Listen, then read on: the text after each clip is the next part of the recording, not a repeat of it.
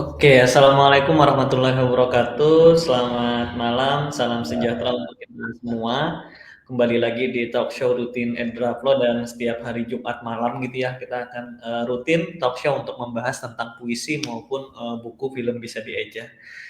Kurang lebih sudah 3 minggu kita tidak berjumpa secara daring dalam talk show ini karena beberapa minggu terakhir, khususnya 2 minggu kemarin, kita ada kolaborasi gitu ya secara offline, film bisa diaja dengan teman-teman di Muni Cafe. Alhamdulillah acaranya berlangsung sangat lancar sekali, bahkan antusias peserta sangat luar biasa dan seminggu mhm. kemarin Mas Aris juga harus mengisi kolaborasi dengan teman-teman narabahasa dan barulah kali ini kita berjumpa kembali. Nah, selama 3 minggu saya mau menanyakan kabar Mas Aris dan juga aktivitas mungkin ya, apa aja Mhm. mungkin dijalankan selama 3 minggu ini, mungkin yang berkaitan dengan dunia kepenulisan atau mungkin puisi. Kalau dari penulisan itu tadi ada acara off air di Muni Cafe, terus sama Narabahasa gitu ya, bahas bahas puisi, terus sempat jadi peserta, diminta untuk jadi narasumber untuk FGD, apa namanya, FGD Kusala Award gitu. Itu sih, dan sisanya sih karena memang lagi di tengah-tengah mau produksi sebentar, sekitar 3 mingguan lagi, jadi ya juga di Wow. sela-sela persiapan produksi juga. Oke, luar biasa ini aktivitas Mas Aris. Kita doakan semoga mungkin nanti produksinya berjalan lancar dan film Amin, yang amin, dihasilkan nanti bisa bermanfaat untuk banyak orang khususnya masyarakat amin. Indonesia. Oke Hmm. Mas Aris, ini adalah sesi yang mungkin buat saya menjadi sesi yang akan sangat dalam gitu ya, karena selama ini Mhm. kita sudah banyak membahas puisi, tapi kita tidak memperdalam bagaimana cara Mas Aris mengolah sebuah emosi menjadi puisi. Nah, saya pengen Mhm. tanya Mas, emosi apa sih yang paling sering memicu Mas Aris gitu ya untuk menulis sebuah puisi? Awal mulanya itu, bisa dibilang sorry, awal mulanya itu tuh emosi yang paling sering memicu tuh bukan bukan emosi yang besar gitu ya, justru malah yang atau kemarahan atau kesedihan yang besar gitu. Melainkan lebih awalnya tuh keganjilan gitu, kayak ada yang nggak kayaknya ada yang nggak pas ini, ada yang menggelitik gitu. Nah, dari keganjilan itu, emosi lain baru akan menyusul tuh. Apa tuh? Ganjilnya menghasilkan apa gitu ya, kayak baru tadi sore gue mempost puisi tentang apa yang terjadi di Pati gitu, kan ada yang nggak pas dulu tuh, ada yang nggak fair gitu, ada yang menggelitik gitu ya. Nah, baru habis itu muncul emosinya, marah, kecewa atau getir atau mungkin sesuatu yang apa menyenangkan bahkan mungkin gitu ya, tapi berasal dari sesuatu yang tidak yang menggelitik dulu sih, awalnya titiknya adalah itu gitu. Karena puisi itu lahir bukan karena dari luapan rasa, tapi dari kebutuhan untuk memberi bentuk yang awal mulanya itu masih kabur gitu, ya kan. Jadi titik awalnya tuh itu sih. Wow. Jadi malah dia muncul karena emosi-emosi kecil gitu ya Mas ya, lalu kemudian Mhm, bergulir menjadi emosi yang sebuah besar betul. ditambah mungkin ada banyak orang atau mungkin sekeliling Mas Aris yang juga ikut resah Mhm, terhadap kejadian atau peristiwa tersebut. Nah, mhm, bagaimana Mas Aris mengubah perasaan mhm, abstrak tersebut gitu ya atau mungkin emosi tersebut jadi sebuah kata-kata yang menyentuh gitu Mas. Ini proses seperti mhm. apa yang kemudian terjadi di perubahan tersebut? Kalau kami mungkin beda-beda ya orang gitu, atau mungkin gue pun juga mungkin partikular tiap puisi mungkin bisa beda-beda. Tapi secara garis besar biasanya gue mulai dari citra gitu ya, bukan konsep kayak yang sering dibilang sama salah satu perangkat puisi dari Pak Sapardi itu kan adalah imaji gitu. Nah, eh, jadi perasaan yang tadi abstrak itu gue biarkan untuk mencari wujudnya dulu. Ini apa ya? Pintu yang tidak pernah tertutup rapat kah? Sepatu yang tidak pernah kering kah? Atau suara suara kursi yang diseret malam-malam gitu ya di lantai gitu misalkan gitu, atau apa ya kayak suara orang protes di alun-alun gitu misalkan gitu ya, kalau yang puisi yang baru saja tadi sore gue buat itu kan gitu ya, ada orang protes fotonya seperti itu gitu. Lalu biasanya setelah citra itu muncul, imaji itu muncul, kata-kata yang lain akan mengikuti gitu. Mengisi ruang antar gambar yang terjadi di imaji di kepala itu dengan rasa kayak apa yang diteriakkan orang-orang protes di alun-alun itu tentang apa? Oh ya kan peristiwanya tentang soal pajak, berarti akhirnya gue bikin sesuatu yang antara suara dan pajak gitu misalkan kayak begitu ya. Yang penting tuh buat gue akhirnya adalah menjaga jarak secukupnya gitu. Ya, yang paling penting tuh agar emosi itu nggak membanjiri kata-kata tapi ngeresep gitu. Jadi bukan bukan sekedar luapan tadi itu ya gitu, tapi resapan emosinya gitu yang bisa diserap nggak dengan kata-kata yang gue tulis gitu ya. Jadi dia tepat gitu, nggak cuman sekedar asal marah-marah atau sekedar merayakan kesedihan atau kegembiraan gitu, tapi ada resapan gitu yang paling penting tuh gitu kan kita sering bilang puisi itu kan hasil sulingan ya dari momen gitu ya dari peristiwa. Nah ya namanya juga hasil sulingan hasil perasan gitu ya, tentu dia bukan sesuatu yang mentah keluar begitu gitu tapi sesuatu yang begitu datang dia meresap gitu. Ya, iya benar banget ya. Jadi dia bukan harus masuk banget ke proses itu, tapi dia harus menjaga jarak agar tadi kata Mas Aris dia bisa menjadi resapan bukan luapan emosi gitu ya. Mungkin kalau bahasa kita zaman sekarang bias kali gitu ya. Karena kalau sudah bias itu kadang orang sulit juga untuk menerima. Mas Aris melihat fenomena sekarang gitu ya, banyak seorang sastrawan, penulis penyair gitu ya, penulis puisi yang hadir dari mungkin kalangan-kalangan generasi milenial ke atas gitu ya. Kita masih sangat jarang gitu melihat Gen Z atau mungkin generasi yang baru gitu ya, Gen Alpha gitu hadir dengan puisi-puisi yang mereka ciptakan gitu. Nah pertanyaan saya selama mungkin Mas Aris melihat media sosial atau mungkin kondisi sosial saat ini, apakah Gen Z atau Gen Alpha tersebut masih punya ruang untuk emosi yang dalam gitu Mas dalam membuat sebuah puisi? Oh jelas masih ada, ruangnya ada, tapi mungkin bentuknya yang berubah. Ya di media sosial itu seperti yang kita tahu kan bicaranya kan adalah kecepatan ya, kecepatan dulu gitu mengalahkan kedalaman memang. Tapi generasi sekarang tuh juga punya kemampuan untuk mengolah fragmen kok ya, potongan, kata, gambar, suara menjadi sesuatu yang padat makna ya. Kasarnya misalkan kayak meme gitu misalkan atau potongan grafis gitu misalkan gitu ya. Kedalaman tuh nggak diukur dari panjangnya renungan, tapi dia hadir dalam satu kalimat yang tepat gitu pada waktu itu. Sehingga akhirnya karena berbicaranya adalah timing gitu, kecepatan gitu ya. Kedalaman itu tuh hadirnya tuh di ketepatan itu gitu. Bentuknya gitu menjadi sesuatu yang padat gitu ya, padat makna. Jadi kalau ditanya ruang untuk emosi yang dalam gitu banget ada gitu ya, tapi bentuknya yang berubah gitu buat mereka, sesuatu yang berdurasi seperti halnya misalkan video gitu-gitu. Jadi karena timing itu yang jadi ininya mereka ya, yang jadi titiknya mereka bergerak gitu saat ini gitu, sehingga kedalaman pun diukur juga dari ketepatannya gitu. Ya, betul ya. Mungkin nggak harus dalam bentuk tulisan atau puisi gitu Mas ya, tapi sekarang kan sudah zamannya di mana video itu kalau bisa selesai ditonton dalam waktu sesingkat-singkatnya gitu ya, mungkin 10 sampai 15 detik.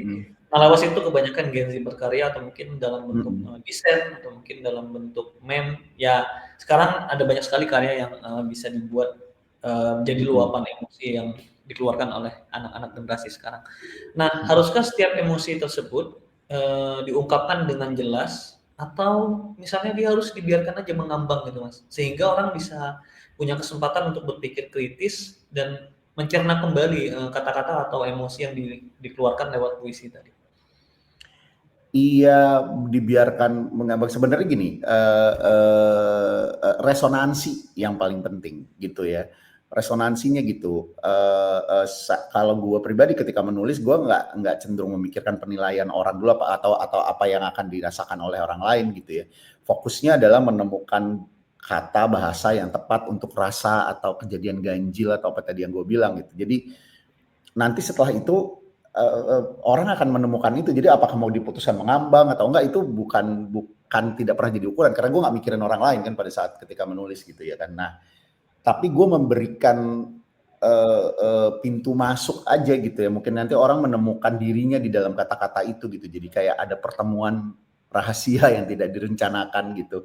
Seperti begitu. Padahal sebenarnya gue memberikan ruang jembatan untuk bertemu itu gitu. Jadi gitu sih, kayak ngasih pintu, membuka pintu masuk aja gitu.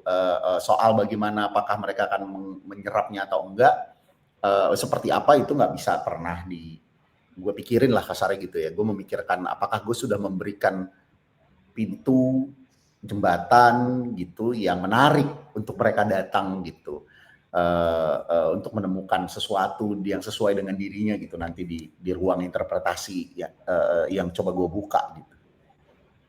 Oke, pernah nggak ya Mas Aris menulis puisi gitu ya untuk melepaskan emosi, tapi ternyata malah dikagumin orang gitu Mas, dan Mas Aris mendapatkan banyak sekali misalnya apresiasi, Mm-mm. pujian, atau bahkan ada Mm. orang yang juga merasakan hal yang sama dengan puisi yang Mas Aris tulis. Sedangkan tadi Mas Aris bilang bahwa ini hanya sebatas membuka pintu aja gitu buat orang kemudian bisa Mm. menilai atau meresapi.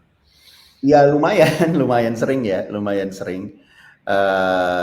Padahal kayak kemarin tanggal 5 Agustus gue nulis puisi buat anak gue ya, spesifik sekali kan itu ya kan, kurang spesifik apa gitu, gue nulis puisi buat anak perempuan gue yang ulang tahun 17 gitu.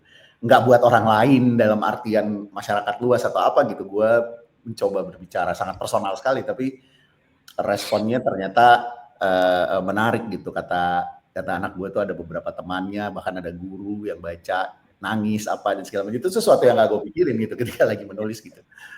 Iya spesifik banget, bahkan targetnya jelas gitu, cuma satu orang kok. Kalaupun ada orang lain, gue menulis untuk satu orang gitu. Tapi gue menumpahkan semua rasa, semua resonansi getaran dari seorang bapak yang baru punya anak perempuan yang masuk ke umur 17 gitu. Itu aja yang gue pikirin. Gue menemukan kata dan bahasa atau apapun rangkaian kata yang tepat untuk menggambarkan itu gitu. Untuk sulingan bahasa dan kata yang tepat untuk memberikan itu tadi, memberikan gambaran rasa yang gue rasakan di dalam menjadi puisi itu gitu. Oke, luar biasa sekali ya. Puisi yang bahkan ditulis untuk anak Mas Aris sendiri ternyata itu mungkin dialamin oleh banyak keluarga gitu ya ketika mereka menyambut anaknya, apalagi perempuan gitu ya menginjak usia 17 tahun. Wah, itu adalah sesuatu yang mungkin membahagiakan plus akan menjadi sebuah tantangan gimana mungkin orang tua akan punya peran ekstra gitu Mas ya untuk mungkin mengawasi atau mungkin menjaga anaknya karena dia sudah masuk di fase-fase yang bisa dibilang remaja gitu ya. Nah, ini mungkin jadi pertanyaan terakhir saya Mas Aris, mungkin ini sebuah tips gitu ya untuk pemula, bagaimana mungkin tips mengolah emosi negatif gitu ya, karena saat ini orang ada banyak sekali yang galau, kecewa gitu ya, sedih, menjadi sebuah karya yang artistik gitu ya dalam kehidupan sekarang. Mungkin ini ya, pertama kasih jarak dulu, lalu coba nulis ketika gelombang emosinya udah mulai sedikit surut gitu ya, agar bisa memilih kata, bukan kata yang memilih Anda gitu, kita yang melakukan kontrol terhadap itu. Ini juga rasanya juga tips yang sering gue dengar kalau seumpamanya teman-teman stand up comedian mau menuliskan kegelisahan atau kegalauan mereka tuh setelah ada jarak dulu gitu. Kasih jarak dulu gitu sehingga udah berdamai dulu dengan peristiwanya atau lebih jelas jadi melihatnya, karena kalau terlalu dekat kan itu tadi ya, orang benda kalau terlalu dekat kan ya blur gitu ya kan, apalagi sebuah momen misalkan momen emosional gitu ya, coba kasih jarak dulu biar kita bisa memilih gitu kata apa yang mau kita pakai atau mencari kata yang tepat untuk menggambarkan rasa itu gitu. Yang kedua tuh coba cari pintu masuk yang unik gitu. Jadi bukan sekedar misalkan nih contoh ya, nggak nulis, ini bodoh-bodohannya aja ya, nggak nulis aku sedih gitu, tapi lampu kamar mati satu persatu seperti menutup cerita, misalkan gitu. Itu kan pintu masuknya ya, jadi dari kamar gitu ngerasain apa sih, makanya imaji, kesedihan itu tuh rasanya bentuknya apa gitu, imajinya apa, kalau gue begitu gitu, oh gue sedih, kenapa ya gue sedih, rasanya tuh kayak lampu kamar mati yang pelan-pelan gitu, dan itu menjadi tanda dari berakhirnya sebuah cerita gitu, entah itu kisah cinta atau apapun gitu. Yang ketiga, jangan buru-buru ngasih makna gitu. Ya, biarkan dia tumbuh dari asosiasi dan irama. Jadi memang ya kalau di gua kan writing is rewriting ya gitu. Jadi apa namanya, dicari lagi ini sudah tepat belum ketika kita mencoba menuliskannya di draft 1 gitu ya kan, terus dilihat ini asosiasinya udah tepat belum, iramanya, ritmenya, perangkat puitikanya sudah maksimal atau belum gitu, apa efeknya gitu. Oke, sebuah tips yang akan sangat berguna gitu ya. Ada 3 tips tadi yang dikasih Mas Aris, yaitu pertama buat jarak dulu dengan emosi tadi, jangan sampai terlalu dekat karena seperti orang itu kalau dekat maka mungkin akan blur untuk melihat hal-hal lainnya. Kemudian yang kedua, gambarkan bagaimana sebuah emosi kesedihan tersebut gitu ya bisa dimaknai oleh orang lain. Dan yang terakhir tadi mungkin boleh diulang Mas kira-kira? Yang terakhir tuh jangan buru-buru maksain maknanya gitu. Ketika lagi nulis tuh nggak apa-apa dilihat, dicari asosiasinya. Jadi ya beri ruang untuk kemungkinan tumbuh gitu ya. Artinya ya writing is rewriting gitu ya. Jadi disitulah masuk fase kita mengasah gitu.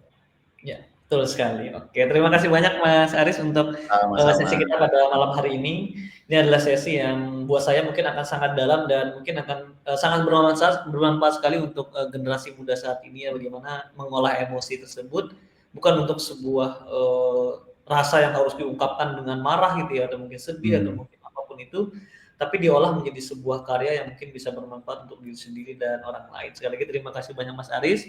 Sama-sama. Dan terima kasih juga untuk teman-teman semua. Saya akhiri, sekian dan terima kasih. Assalamualaikum warahmatullahi wabarakatuh. Waalaikumsalam warahmatullahi wabarakatuh.